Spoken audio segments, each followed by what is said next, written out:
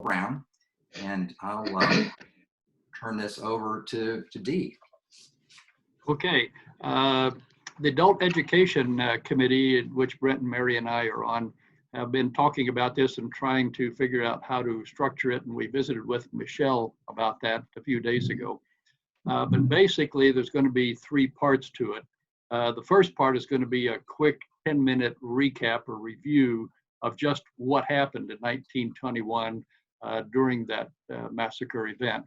But the next part is the big part, about 45 minutes or so in the middle, where Michelle's going to talk about what's happened since then, a variety of issues and possible topics.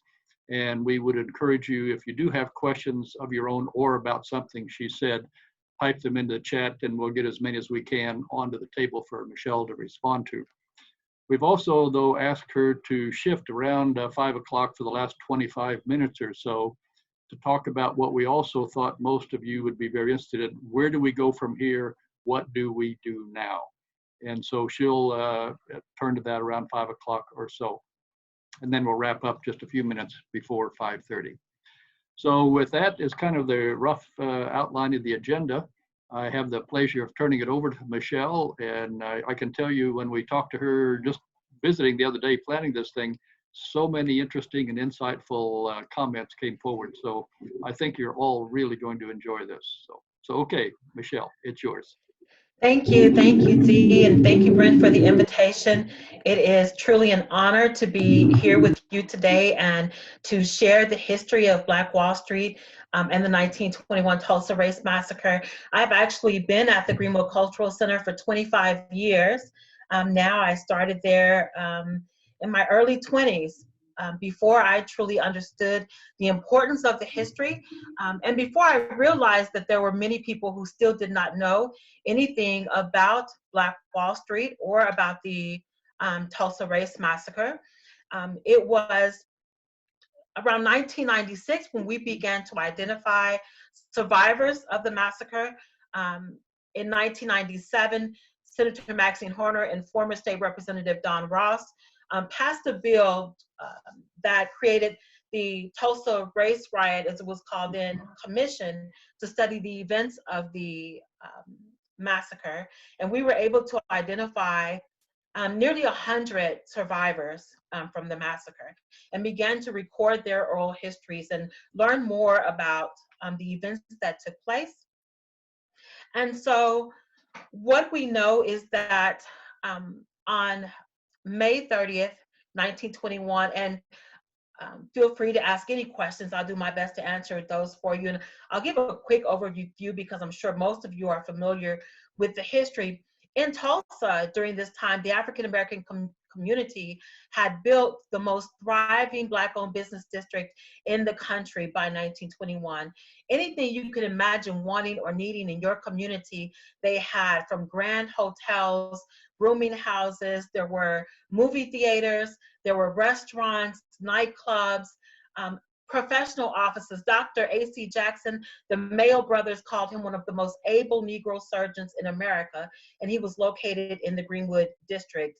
A long list of attorneys and doctors, jewelry stores. I mean, the list goes on and on. Many of the things that we do not have in our community today in North Tulsa.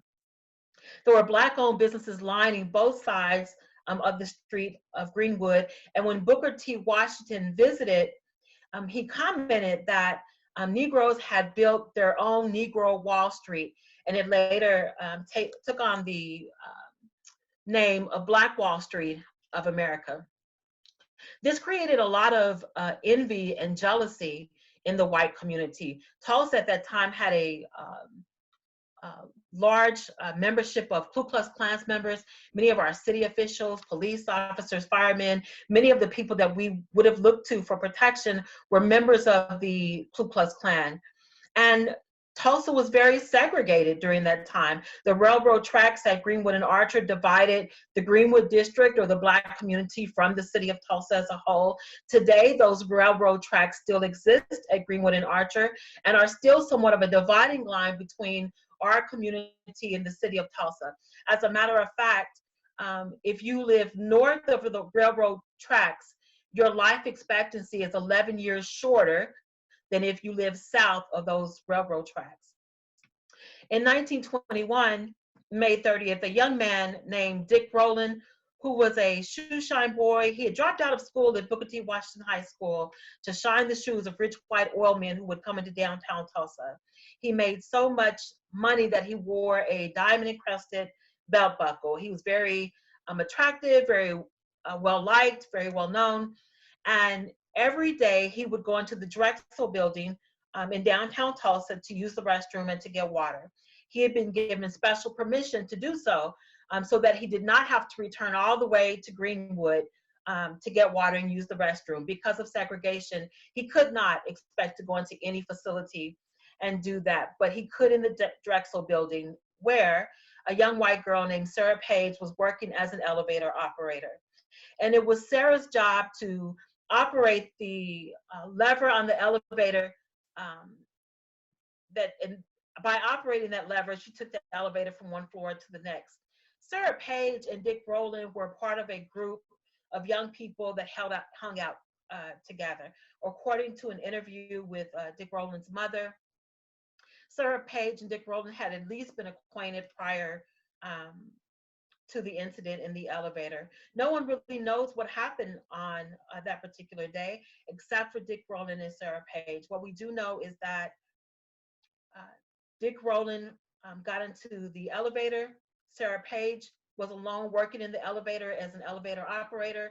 The doors closed, and a moment or two later, there's a scream. When the elevator doors open, Dick Rowland runs and is later arrested. A businessman working nearby claims that he heard a scream by Sarah Page. And a newspaper article came out in the Tulsa Tribune, which was one of the major newspapers, which referred to the incident, nabbed Negro for attacking a white girl. A subsequent article referred to a lynching in Tulsa. Lynchings in Tulsa were all too common. In fact, several weeks or so prior to this incident, a white man had been lynched in front of the courthouse/jailhouse while the police directed traffic. So the African-American community had every reason to believe that Dick Rowland's life was in jeopardy. Dick Rowland was arrested, and a group of whites began to gather in front of the courthouse where Dick Rowland was being held. And before our new jailhouse, our jail was located right above our courthouse. And this is where they were holding Dick Rowland. Whites began to gather. Many of them were angry and upset about what had happened. They were determined to take matters into their own hands. And a group of about 40 Black men from the Greenwood district, after hearing about Dick Rowland being arrested, after hearing about whites that had begun to gather in front of the courthouse, decided to go to meet with Sheriff McCullough, who was the new sheriff in town, and offer their services. They wanted to offer to help protect Dick Rowland and ensure that he was given a fair trial. And the sheriff at the time told them to go on back to Greenwood. He had everything under control and Dick Rowland would be fine. So they did return to Greenwood. And some estimates have it that although the 40 or so Black men returned to Greenwood, white rioters continued to gather. Some estimates have it that there were several thousand white men that had gathered in front of the courthouse when about 100 Black men returned. And as I envision those 100 men marching towards the courthouse to once again offer to protect Dick Rowland, I often think about what they must have thought or felt as they faced this sea of white men who had also gathered, who were determined to take matters into their own hands. And I thought of the courage that it must have taken them to continue to march forward and to offer to protect Dick Rowland, knowing that their own lives were at risk. This time, a white man approaches a Black man with a gun, and he said, "What are you going to do with that gun?" He said, "I'm going to use it if I have to." And they began to struggle over the gun. And during the struggle, the gun goes off. And at that point, it's no longer about Sarah Page or Dick Rowland. There's an all-out battle initially in front of the courthouse. Blacks retreat to the Greenwood district, where they are able to set up barriers at the railroad tracks, and they position themselves in some strategic locations in the Greenwood district, atop Mount Zion Baptist Church, atop Standpipe Hill. Some of them were veterans, and one of the things that we don't hear often is how courageous those African Americans were that fought to defend their community, initially standing there guarding their community, anticipating white rioters. And they were able for some time to protect their community. Eventually, whites broke through those barriers and began to invade the Greenwood district. Whites were deputized by the Tulsa police force, who were also part of that invasion. Eventually, the city admitted that they had lost total control and called in the National Guard. The National Guard came in and said that they were told that there was a Negro uprising and that Negroes were killing innocent unarmed whites. They sided with the city officials and police force and the white rioters. The African American community was invaded, and within a single day, more than 35 square blocks of property was completely destroyed. More than 300 Black-owned businesses were burned to the ground. More than 1,200 homes completely destroyed. One of the things that the city of Tulsa did was to set up 3 internment sites here where every Black man, woman, and child was arrested. Anyone that had not been injured was taken to one of 3 internment sites and held there, some for several weeks. They said it was for their protection, but what it did was to leave the homes and businesses defenseless that remained so that the white rioters could go in and take whatever valuables they wanted. The American Red Cross was called in. They came in from Kansas City and immediately set up headquarters at Booker T. Washington High School in North Tulsa, where they cared for many of the victims from the massacre, Blacks and whites alike, and kept records of the people that they cared for and the type of resources that they provided. Following the massacre that took place, Dick Rowland was taken from the jailhouse by the sheriff and sent to Kansas City. They had arranged with the help of Sarah Page for Dick Rowland to go to Kansas City to stay with some friends of hers. Sarah Page also returned home to Kansas City, where she was from. No one was ever held accountable for any of the loss that took place during that event. Dick Rowland would write to his mother and respond that he had seen Sarah Page, but Dick Rowland began to travel. He was later killed in a work-related accident.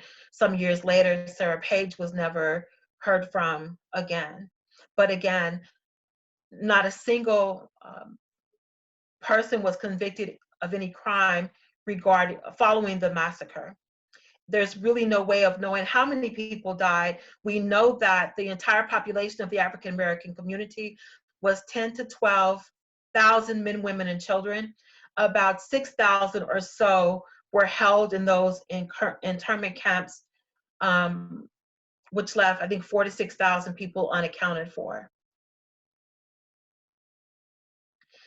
Now, I know that that's a lot of information to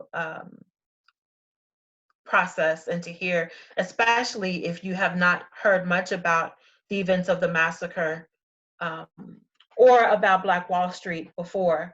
So I welcome any questions that you may have about that particular part of our history before I share a little bit about reparations. Yes, Brent?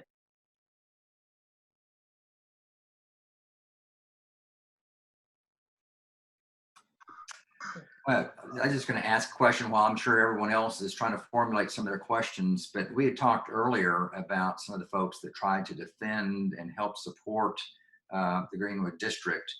Can you talk about some individuals that kind of stand out in maybe unheard history? Yes, yes, and that's a great question, and it's one that I love to talk about because we sometimes don't hear about those people that risked their lives to protect people that they didn't know, um, that knew that even after the massacre had took place, that their lives could still be in danger. One of those families would be the Zero family, which is one of the philanthropic families in Tulsa today. The Zeros actually owned a store in the Greenwood district. And when Blacks were running and fleeing, um, they were looking for places to hide. And there were whites who would allow them to hide in their stores, in their homes, in their basements. And the Zero family was one of those families that allowed Blacks to hide in their store. And when white rioters came looking to go through their stores and take out, remove anyone who was hiding in their stores, they wouldn't allow them to do that. And they saved lives by doing so. We also received a letter written by a white woman in 1921. We received the letter about 5 years ago. The letter had been hid away in her linen closet for decades. And in the letter, she talks about her husband who went to the Greenwood district after the massacre began. And he wanted to help um, the Black victims. He wanted to offer whatever assistance he could, but he was turned away by police officers and firemen who, while they watched the buildings burning, refused to offer any aid. But he risked his life and went to the Greenwood district and offered to help, offer whatever type of support he could, and he was turned away. But there were people, whites, who came forward, churches, uh, not far from the Greenwood district is Cathedral Row, where there are a number of predominantly white churches. And many of those churches, not only during the massacre, but immediately following, came forward to offer assistance to the victims of the massacre. We had a question about why have we not heard about this before? That some folks have lived in Tulsa for years and haven't heard about it. That's a great question, and I am so glad to be able to discuss that question in this audience, because I can share with you from what we've heard from whites, is that this was Tulsa's dirty little secret. Tulsa did not want to be known as the place where our nation's worst race massacre had occurred. Not here in Tulsa. This was the oil capital of the world. We're in the Bible Belt. We're near Cathedral Row. Certainly this couldn't have happened. A massacre couldn't have happened in Tulsa, Oklahoma. Whites didn't want to talk about it. Many of them were ashamed that this had taken place here. And you have to remember that there were thousands of whites that descended on the African American community that participated in the massacre. And after that, did not want to be associated with the event or identified. So whites didn't want to talk about it. And because ever since the massacre took place, African Americans have asked for reparations. And so in not discussing it, not talking about it, there's no responsibility, right? Blacks didn't want to talk about it either. And that was more confusing for me, because being a Tulsa native, growing up in North Tulsa in a Black community where we had Black educators, I attended a predominantly Black school, we had Black history classes. And we never learned about the Tulsa Race Massacre or Black Wall Street in school. And when we began to identify our survivors and we asked them, why didn't you tell your children or grandchildren about this part of history? And they said that to talk about it meant that we had to relive it. And it was simply too painful to talk about. And an example of true faith and devotion to that faith and devotion to their faith in God is the fact that there were more churches in North Tulsa than all of Tulsa combined. And following the massacre, when the victims came back to the Greenwood district and saw that their homes and businesses had been completely destroyed, that they had nothing but the clothes on their backs, many of them, they decided almost as a community that they were going to simply put this in God's hands, that they were going to pray about it, and that they were going to move forward. And the following week, they were holding services. They were praying out to God. And that to me is such a remarkable thing to be able to do in the face of everything that they had experienced, to be able to say, we're going to pray about it, we're going to trust God, we're going to move forward. We're not going to seek revenge or retribution. We're going to move forward. And that's exactly what they did. And decades would pass before many of those people would ever speak about it again.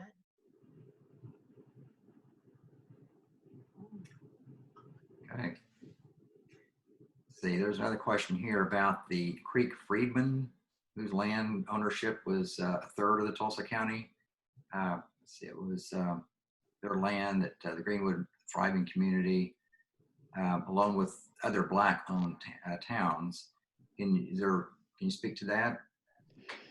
Yeah, that's, I bet Mr. Eli Grayson, who always insists that, and rightfully so, that when we talk about, which we don't talk about much, right? When we talk about the history of Black Wall Street, the history of the Greenwood District, the history of African Americans, we don't talk much about the influence of the Native American connections or the Creek Freedmen.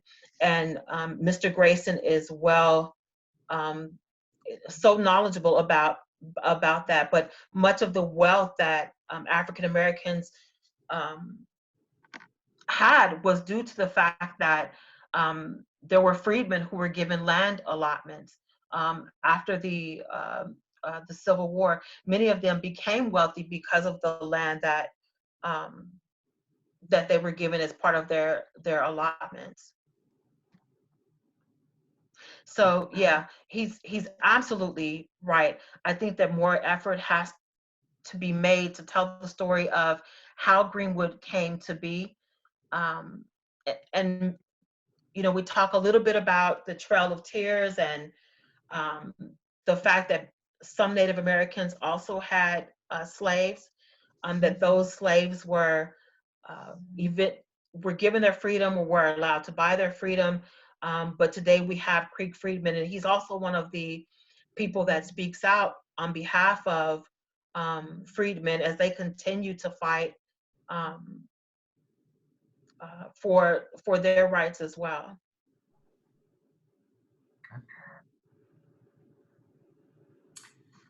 That's all I have right now.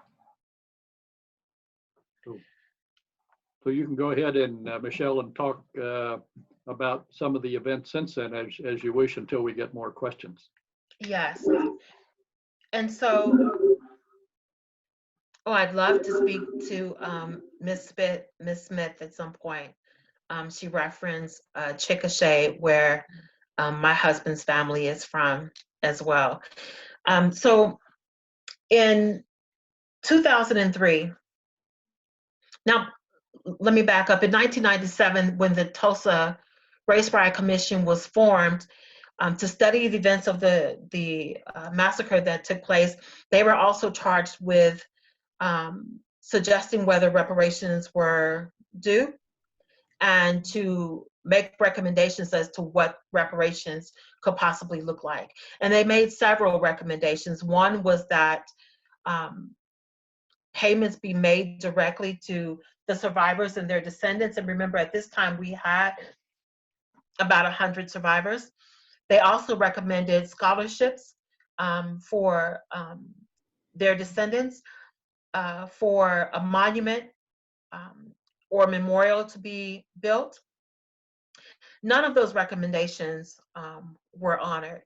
And in 2003, Johnny Cochran, you may remember him, a well-known Black attorney, agreed to represent about 200 survivors in their search for reparations.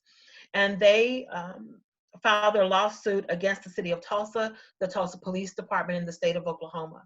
And they once again were seeking reparations, direct payments to the survivors and their descendants, among a number of other things. Their case, which we thought was pretty strong, Johnny Cochran brought in a huge team of attorneys from across the country who partnered with some local attorneys, one of those being Demario Solomon Simmons, who is still a practicing attorney. We thought that they would win. The survivors that were represented that went to the U.S. Supreme Court, where their case eventually had to be heard, thought that how could we not win? There were more than $2.7 million in loss following the massacre, loss of property, homes, and businesses. $2.7 million in insurance claims that were filed. Those were just the insurance claims that were filed. That totaled $2.7 million, according to the Oklahoma Historical Society. Every single one of those insurance claims was denied because it did not contain a riot clause, which is one of the reasons why we are so adamant that this not be referred to as a riot, because it was not a riot. This was a massacre. When you have planes that are dropping bombs, and those accounts were given by a number of survivors and are actually a part of a book, Events of the Tulsa Disaster, by Mary E. Jones Parrish, who was a Black reporter during the time of the massacre. She writes in her book, soon after the massacre, that she saw planes dropping some type of bomb on the Greenwood district. So we just thought that this was a done deal. Surely they would receive reparations. Their case went all the way to the U.S. Supreme Court, where they were told that their 2-year statute of limitations had passed in 1923 and their case would not be heard. So those survivors and their descendants never received the reparations that they believed their families were due. Even though the Tulsa Race Riot Commission was formed by the state legislature and recommended reparations, those reparations were never paid. And there is a new fight for reparations today. Every week, Reverend Turner with Vernon AME Church holds a protest and sit in front of City Hall in downtown Tulsa, asking for reparations. Demario Solomon Simmons, the attorney that worked on the initial case, is continuing to identify descendants of those survivors because all of our survivors have since passed, and is once again planning to file a lawsuit seeking reparations for the descendants.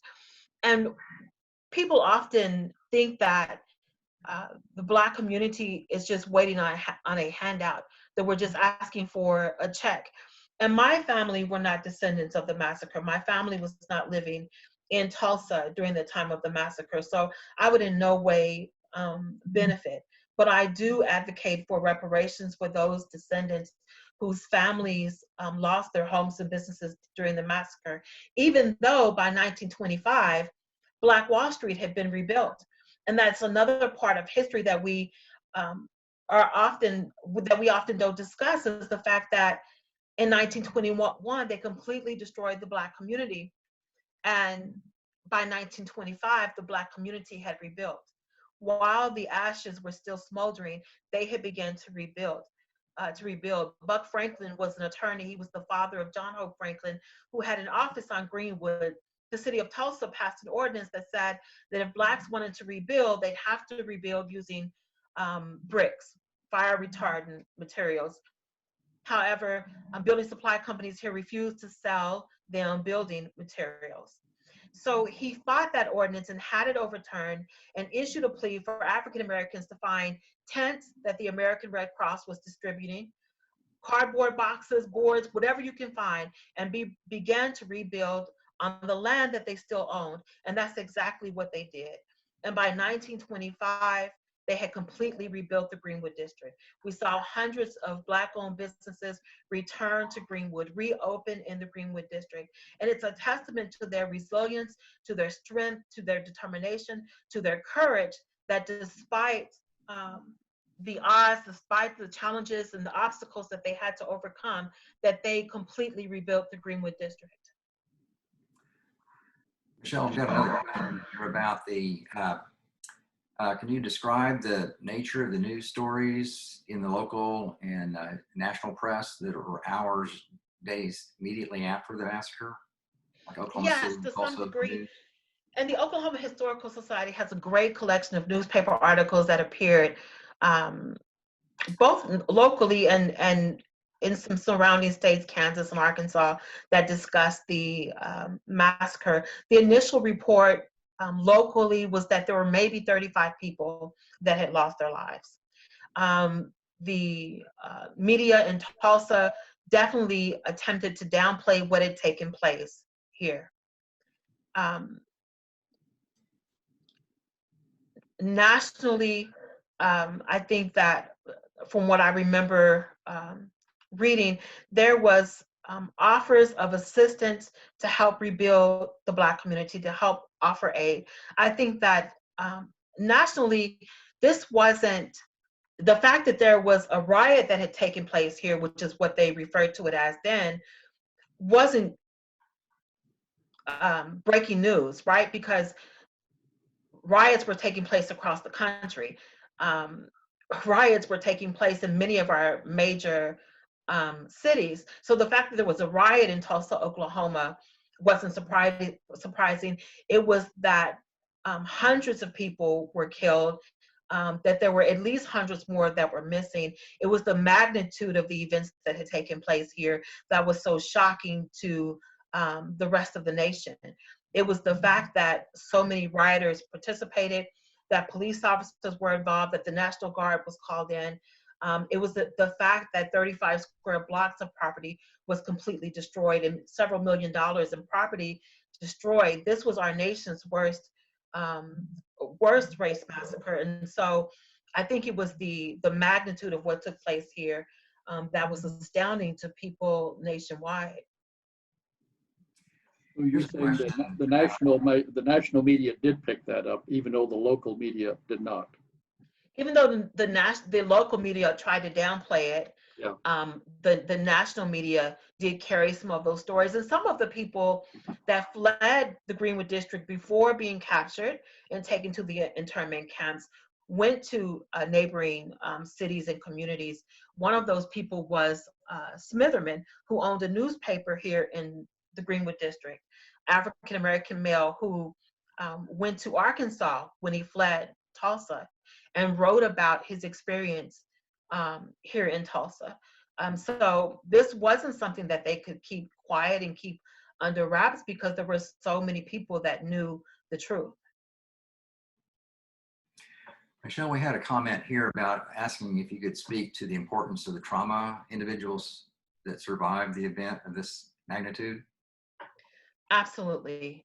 And it's one of the things that we are beginning to discuss in our community, the idea of historical trauma, trauma that has been passed down from generation to generation. It's a pretty new concept. We've never really thought about how we've been impacted by what our parents have been through, and they were impacted by what their parents experienced. And so our community today still suffers from trauma. I think that that can be that is a reason why there continues to be a strenuous relationship between the Black community and the Tulsa Police Department. We've been taught to fear authorities. We've been taught to fear whites. We've been taught that there are certain ways that you must carry yourself when you are in public, when you are in the store, when you are in the presence of whites. And our parents and grandparents taught that as in order to, or an effort to protect us. But what it did was to contribute to that trauma, that we have to be constantly aware of where we are and who is in our presence and how we're conducting ourselves and the way that we're speaking. That in itself is trauma, but that was passed down from the fear and the experiences that they experienced. And so there are more and more research that is being done around historical trauma. We're working with Dr. Stephen Byers with Northeastern State University, who started 2 years ago interviewing Blacks in North Tulsa, and is continuing. He's done great work in Colorado with Native American tribes there, and it is expanding his work to Tulsa to address historical trauma in the Black community. And that's when we talk about reparations, we're not just talking about money. We're not talking about a check. We're talking about a way to better the lives of Black people. We're talking about mental health, access to mental health services, which is so important. We're talking about ways to acknowledge and recognize and to deal with the trauma that has been passed down, not just because of the massacre itself, but there's a number of different issues that Blacks and people of color must face in our community today, here in 2020. So one of the ways that you can help better the community is by addressing historical trauma, what we can learn from that, how we can heal from that, how we grow from that. And that's one of the things that I think could be a part of that, the ask when we talk about reparations.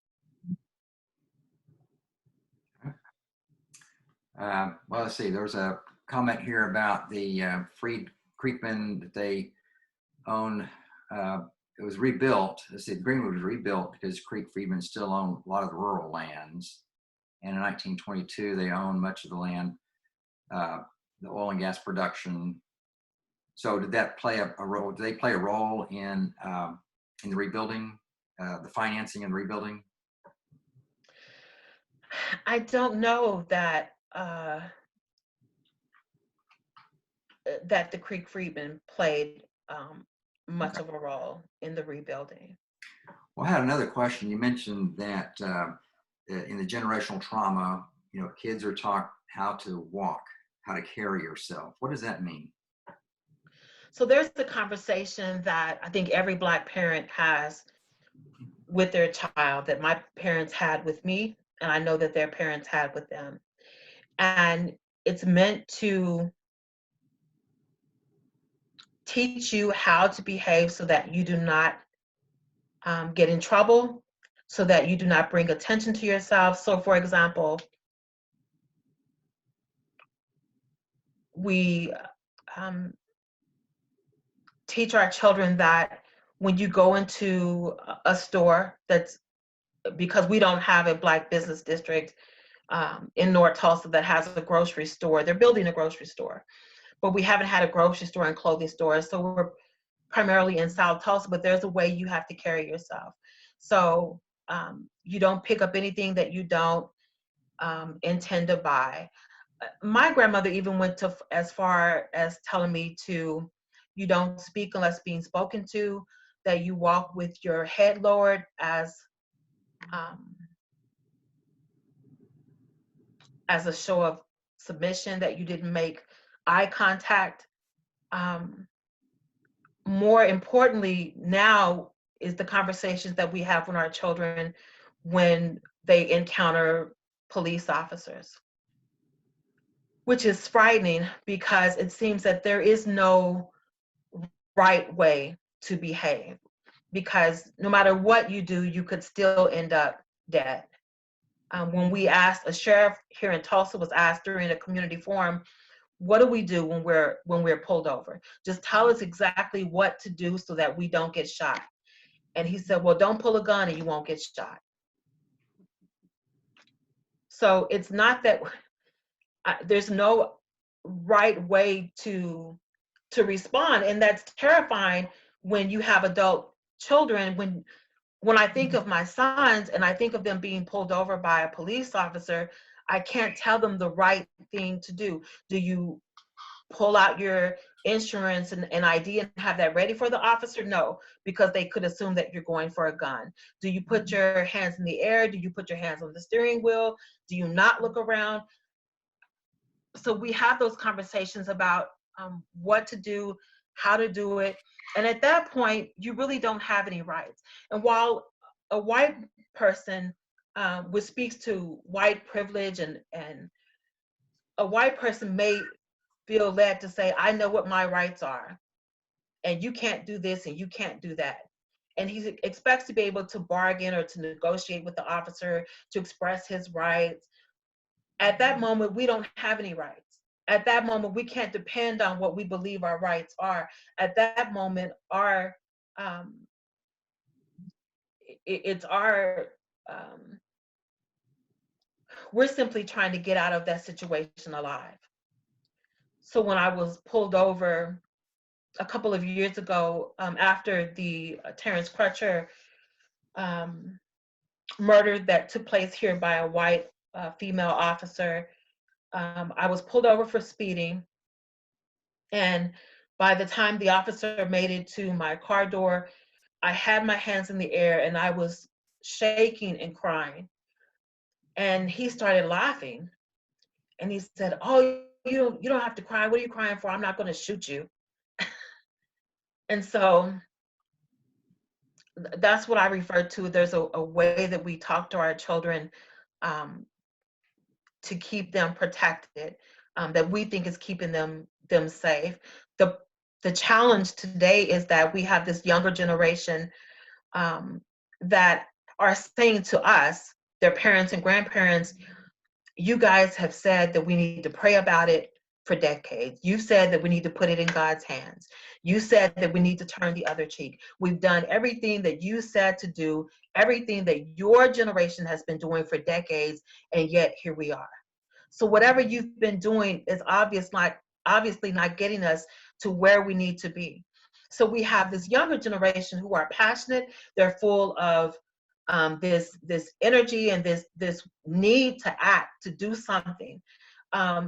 And so we're challenged with how do we embrace that energy and guide them and direct them? How do we come together, this younger generation and this older generation? How do we bring those two groups together to continue to move forward and to hopefully move towards progress? Okay, we got another question here about an update on the mass graves project for other historical evidence. Yes, so the initial mass graves investigation began nearly 20 years ago.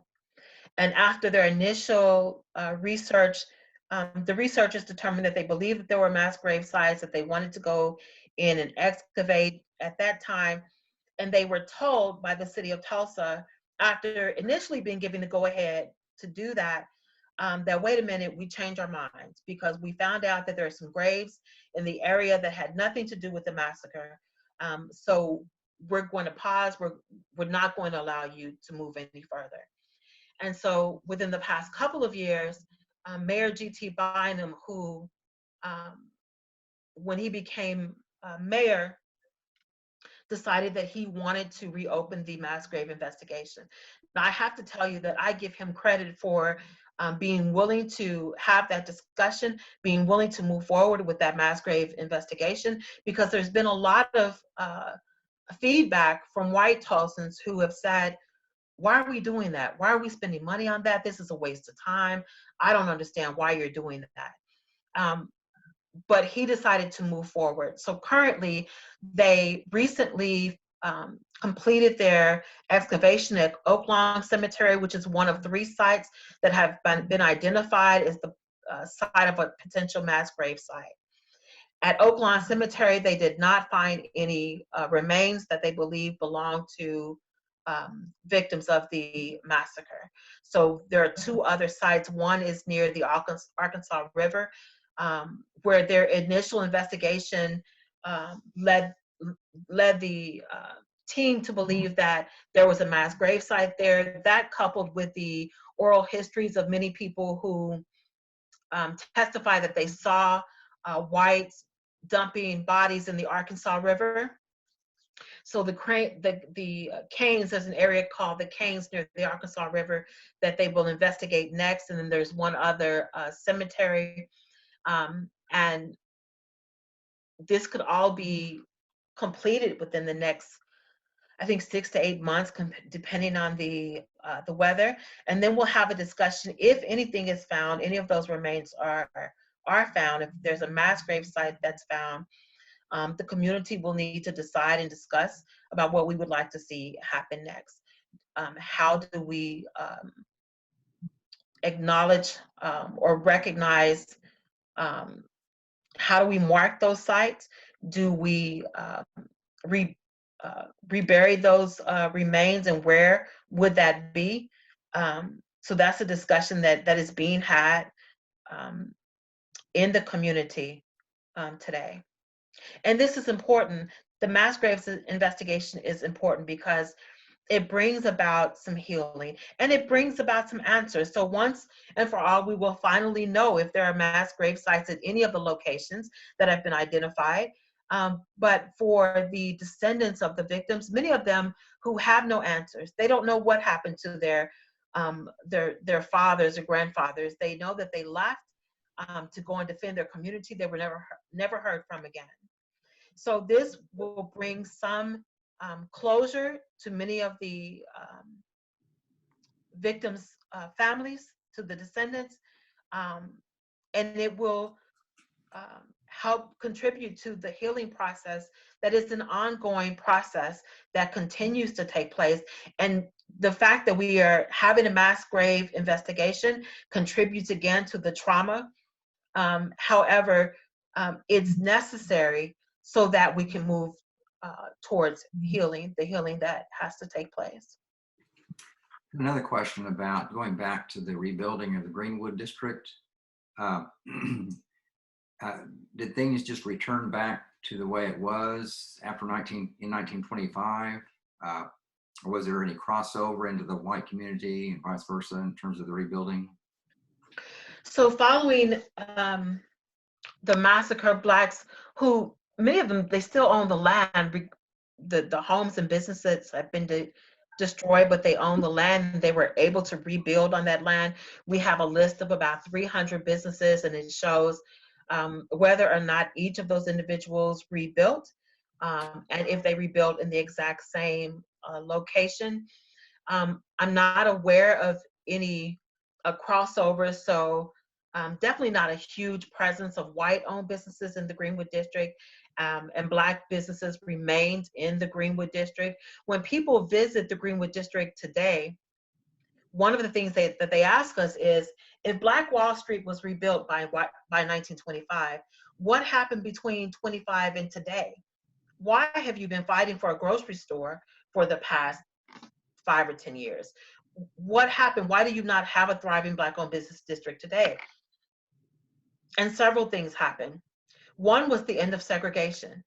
The money which had circulated in the Greenwood district in the Black community for some estimates have it as many as 19 times before leaving the community was now being spent in South Tulsa. And when we asked our survivors why you stopped shopping in the Greenwood district, or why did you start spending your money outside of the Greenwood district, they said that, you know, it wasn't that the products or the services were any better, but it was simply that with the end of segregation, we had the right to walk into a white-owned store, a white-owned establishment, and expect to spend our money, expect to be served, and we wanted to experience what that was like, not understanding the long-term consequences that it would have on those small Black businesses in the Greenwood district.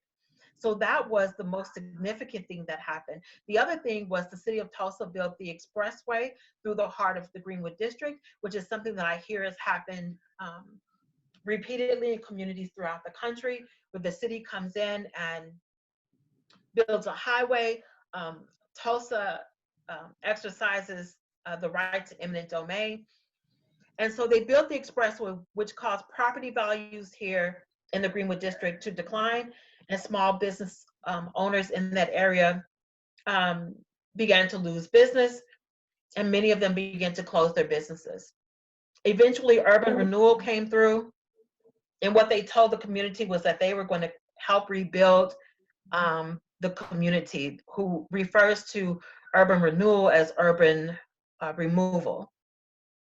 And those, particularly those three things, led to the decline of Black Wall Street. Now what we have now is a remnant of what once existed at the corner of Greenwood and Archer. There is the spirit of redevelopment. There is a move towards rebuilding in the Greenwood district. I think we've had 11 new businesses to move into the historic Greenwood district in the past 2 years. So we now have a Black Wall Street art gallery, and there are a few more restaurants, and there's another memorabilia shop. There are more stores moving and service providers moving into the Greenwood district. And plans as we approach the 100-year commemoration of the massacre next year, I am hearing of more and more plans to redevelop the Greenwood district as we prepare for the commemoration next year. Right. Let's see. Let's see. We got that. Well, let me ask you. We're approaching 5 o'clock. We're going to transition to where we go from here. Maybe in the next couple of minutes, can you describe what a family goes through when they're trying to understand the Black trauma, and how do they work through the healing of their not knowing what happened to their grandparents? Maybe they were buried, maybe they were, don't know. And what is that healing like that takes place in a family? It's a question that we are answering and that each family has to answer for themselves, because I believe that your faith plays a huge part of the healing process, and everyone is at a different place in terms of their faith. There are many different spiritual views and religions and so forth. So healing means something a little different for each individual. Part of it is being educated. There are Blacks that also have to educate themselves about this part of Tulsa's history. So a great part is just becoming aware, becoming educated of the events of the massacre on Black Wall Street, but everything that the community has experienced thus far. And healing is different for everyone. There are some people that are going to seek mental health support. Something that's been very helpful are small group discussions where people are able to talk about their feelings, talk about what they're experiencing in a small group with other people who share some of those same experiences, some of those same feelings. Being part of a small group where you've established a sense of safety and security, where you feel safe enough to talk about your experiences, your fears, how you've been impacted and affected. Those are extremely helpful, those small group conversations as well. Healing is going to take on a number of different forms depending on the individual. And you know, we have been taught that many of us have been taught that there are things that you just don't talk about, that there are things that you just do not discuss, that it is almost considered a sign of weakness if you're not able to simply put it behind you and move forward. So we have to get to a place where we are encouraging people to talk about it, that it is seen as being a sign of strength, that you are able to express yourself, to share your views and your feelings and your emotions, whatever those may be. So part of it is just creating environments where people feel safe enough to express themselves and to share their feelings. All right, thank you. And we'll just where do we go from here? What's the role of allies, and what's the future? How do we create a better relationship? Yeah, that's a great question. And as we approach that discussion, I want to kind of wrap up the history of Black Wall Street and the Tulsa Race Massacre by addressing a question from Brenda, that we have been made aware that the Oklahoma State Department of Education has made this required learning in the school systems. This upcoming school year, every student in grade K through 12 will learn about the history of Black Wall Street and the 1921 Tulsa Race Massacre. And that is monumental. That's important because this, at least this year coming up, there will not be a student in the public school system that is not educated, not made aware of this history. And then after this year, it will be required learning in their social studies class. So whenever they have that social studies class, it will be required learning. And there are so many more resources that are available now for people wanting to learn about this. The University of Oklahoma, I worked with Dr.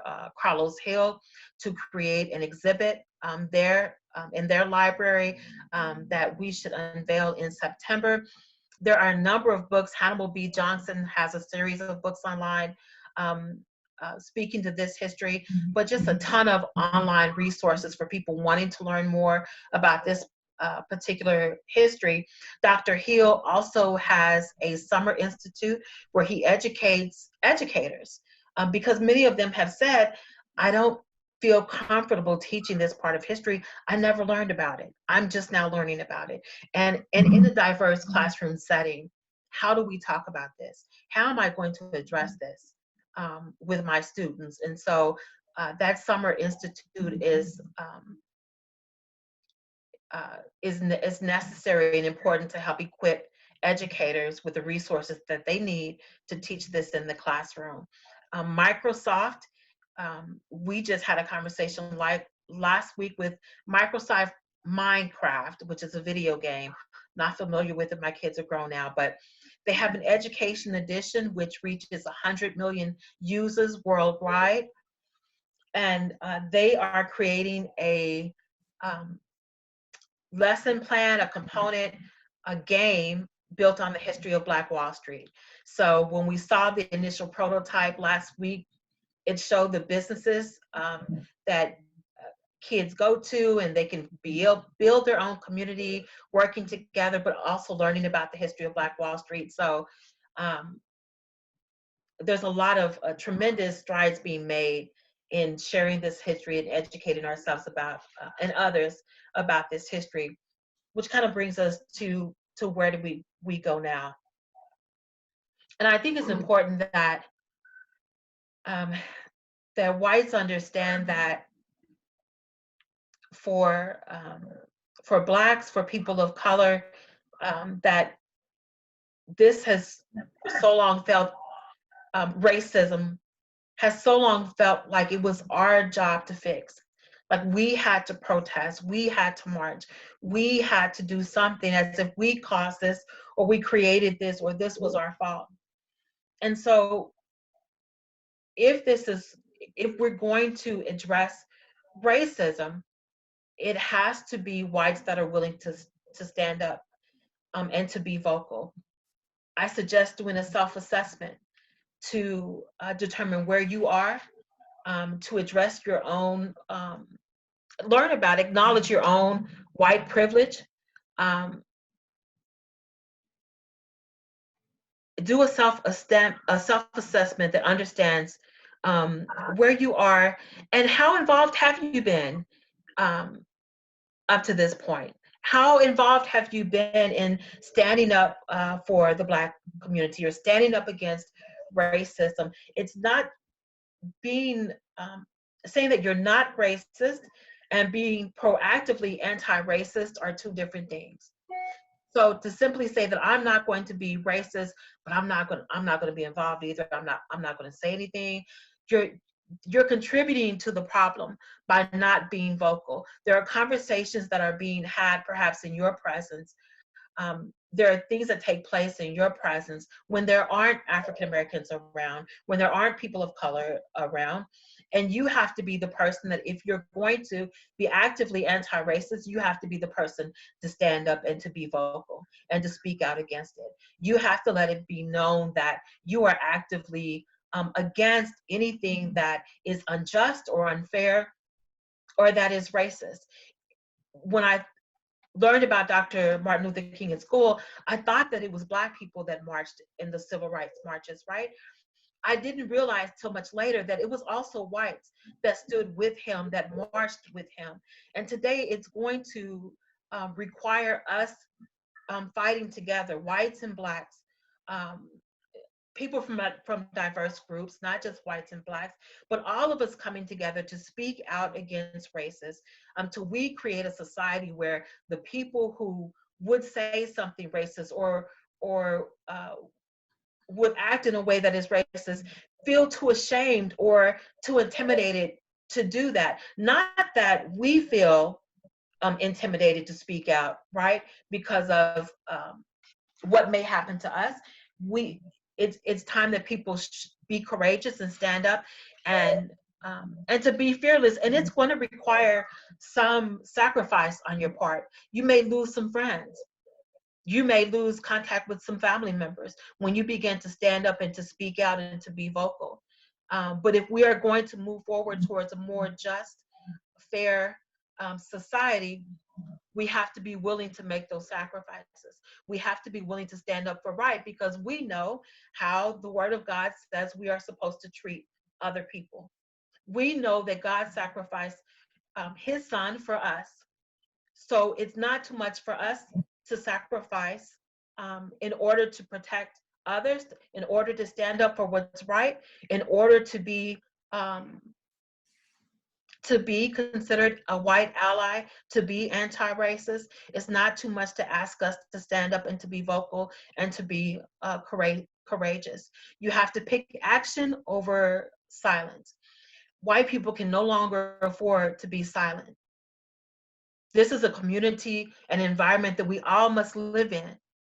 So it's going to take us all together standing up and speaking out. And then I would encourage you to be involved in a march. And look, I understand that everybody is not going to go down and protest because I have not went down this year and protested, mostly because of COVID-19. But there are many other ways that you can be involved. There are online petitions that you can participate in. You can write an editorial or write a blog. You can provide financial support. You can participate in Zoom meetings and conferences and opportunities just like this one. So there's a number of different ways that you can be supportive and you can be active. So don't think that just because you can't protest, in Greenwood, that you can't be a part of this movement and you can't be considered an ally, that you can't be active. You have to identify ways that you can be active, ways that work for you. And then I encourage you to build new relationships, to expand your network of people, to put yourself in situations or environments that may feel a little uncomfortable, that are outside your normal group of friends, your normal group of neighbors, your normal group of church members. Expand your circle and listen to the stories, and don't be afraid to ask questions. We're not going to get it right all the time. Look, I have so much trouble keeping up with the right words to say and the right terms to use, but understand that you may make mistakes. It's okay. We're all human. We're all going to make mistakes. It's the fact that you're willing to learn. It's putting in the effort to know better so that you can be better, so that you can do better. And so it means something that you're willing to be active. It means something that you want to know, that you have questions that you want to ask. You may make a mistake in the asking, but it means something that you're willing to have those conversations. And if you're not aware of the opportunity to have that conversation, create an opportunity where you bring together a group of people to have some real dialogue about what can happen and how you can be active. And it may be small group discussions with your family or in your church or in your neighborhood. But there are so many different ways, and I encourage you to research what's available, what's already taking place that you can contribute to or participate in, but also think of ways that you can create opportunities to be active, that you can create ways. We all have God-given skills and talents that we can use. So there may be something that you can do that may not, perhaps no one is doing. which makes it even more impactful and important that you bring that idea to the table. Mechelle, are there allies in Tulsa that are organizations that people can become part of, or are there existing ally efforts? Yeah, so yeah, I'm seeing something that our community, I think, is seeing something that we've never seen before, and that is our community coming together and working together, and not just marching, but truly having an agenda, having goals, having a purpose, marching, protesting with a purpose. We're also seeing white allies coming forward and standing with those protesters, standing with the Black community. So many of you may know that there is a Black Lives mural in the Greenwood district that was created by two local artists, white people, I believe. Um, One night they decided on their own to paint Black Lives Matters along Greenwood. And several whites became offended and approached, I think, two city councilors, and they said, well, if they're allowed to have that, we want to have our own sign. We want to have a Blue Lives Matter sign. We want to have a Black Babies Lives Matter sign. They want to paint signs, murals on other streets throughout the city of Tulsa. So it's caused some rift between the Black community and those who are against us having a Black Lives Matter mural in our community. And there was online some talk about a protest coming to the Greenwood district. And it ended up being two women that actually showed up to protest the Black Lives Matter mural. But I think what surprised them was the number of whites who had gathered, who were there to defend the mural, to stand alongside the Black community, to explain why this is important to our community, and why Black Lives Matters. And so it was something that I personally have not seen that type of presence in our community. People that are there that are saying, I'm going to camp out here on the street all night to make sure that no one removes this mural. So there are a number of churches locally, All Souls Unitarian Church with Reverend Marlon Lavenhar. Reverend Lavenhar has been there, boots on the ground, and has always been supportive of our community, but has been present. So he's one of those people that you see his face in the community. You see him at the protests and at the marches. You see him at the community meetings. He's one of a number of churches, but there's the Tiffany Crutcher Foundation. Tiffany Crutcher is the sister of Terrence Crutcher, who was killed a few years ago by a white officer, Betty Shelby. There's the John Hope Franklin Center for Reconciliation. There is the 1921 Tulsa Race Massacre Centennial Commission that is working towards commemorating the massacre next year. So those are just a few of the organizations that you can look into, research, see what type of projects. Some of them involve community meetings, but some of them are opportunities for artists to be involved, different projects that are taking place that you can be involved in. The Greenwood Art Project, I think they've identified the artists that they're going to work with, but there are a lot of art-based opportunities for people wanting to be involved in that way. But those are a few of the organizations that I know are involved. And then, of course, there's the Black Lives Matter Tulsa chapter that has become really active over the past few months and are always looking for support.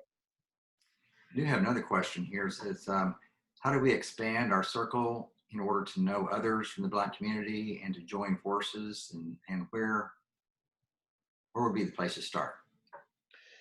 So I suggest that depending on where you are, that you look for organizations that are vocal, um, during these times, during everything that is taking place. It may be your local NAACP office. Tulsa has an NAACP that I think is reorganizing, hasn't been active, hadn't been active in some time, but I think they are reorganizing.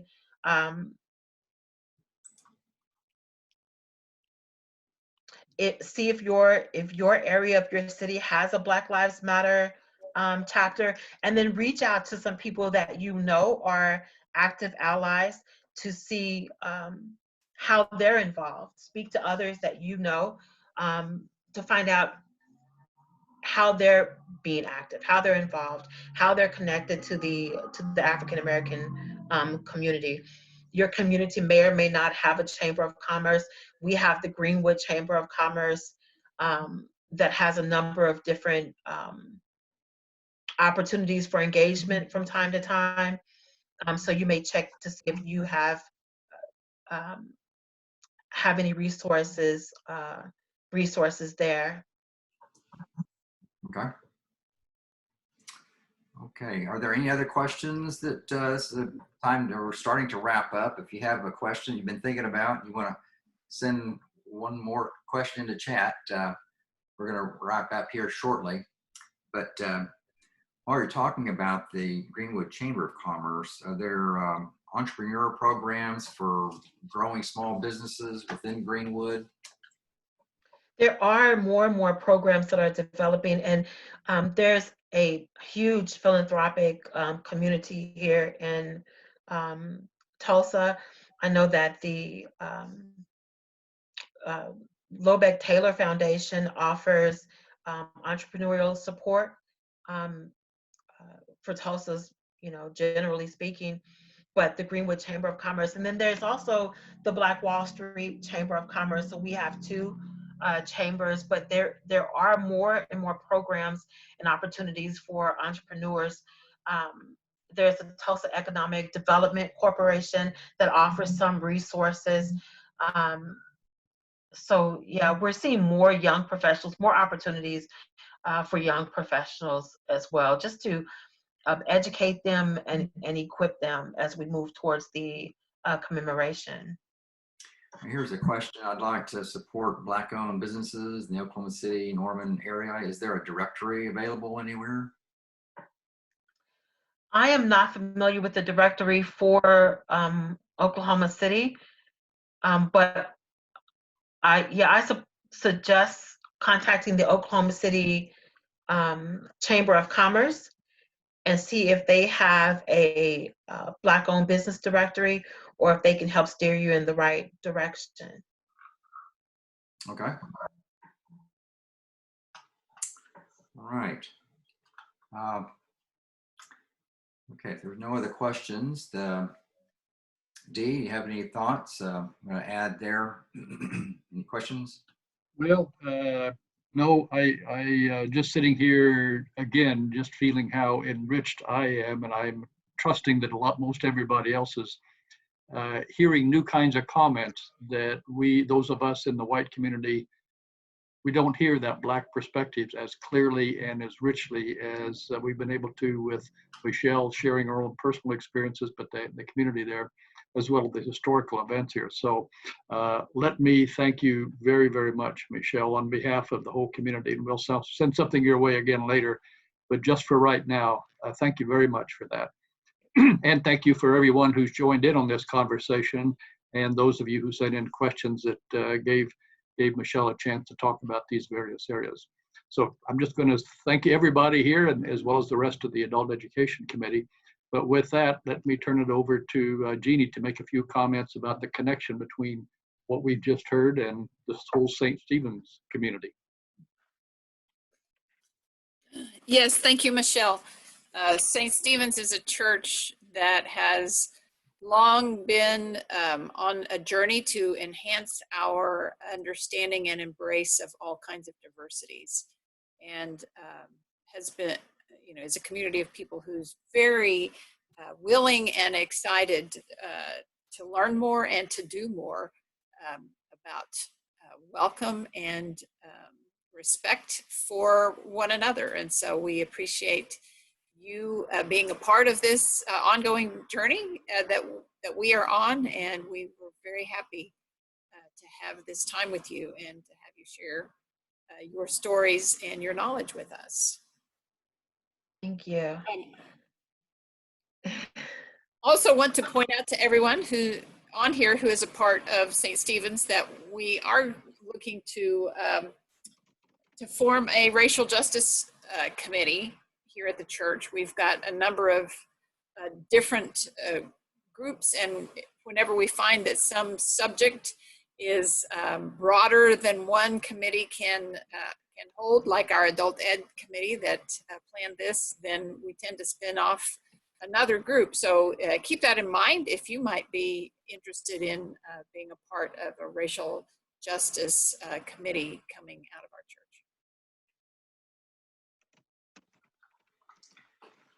Okay, with that, I think we can once again say thank you to Mechelle and everybody and wrap this up. So thank you all. Thank you, Mechelle. Thank you. Thank you so much for having me. We look forward to many more conversations. So we'll keep in touch.